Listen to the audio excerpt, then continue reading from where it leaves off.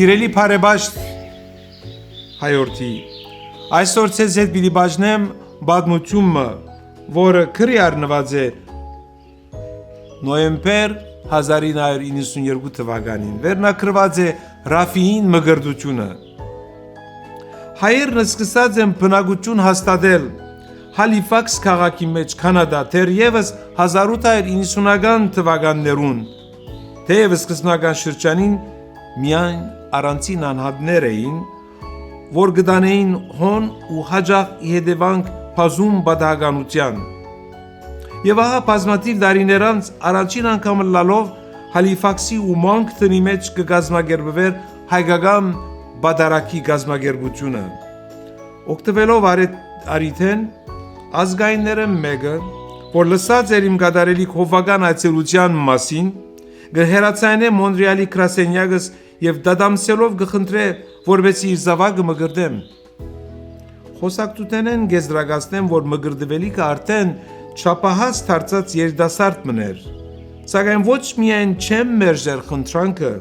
այլ ավելի ևս կքաջալերեմ ինձ թիմող հորը։ Հասած ենք Հալիֆաքս, և երիտասարդին հայրը ուրախ ու ժպտատեմ կդիմավորեց ինձ։ Մեր այցելությունը կծառայե իր նպատակին ամեն ինչ կանցնի բարեհաճով։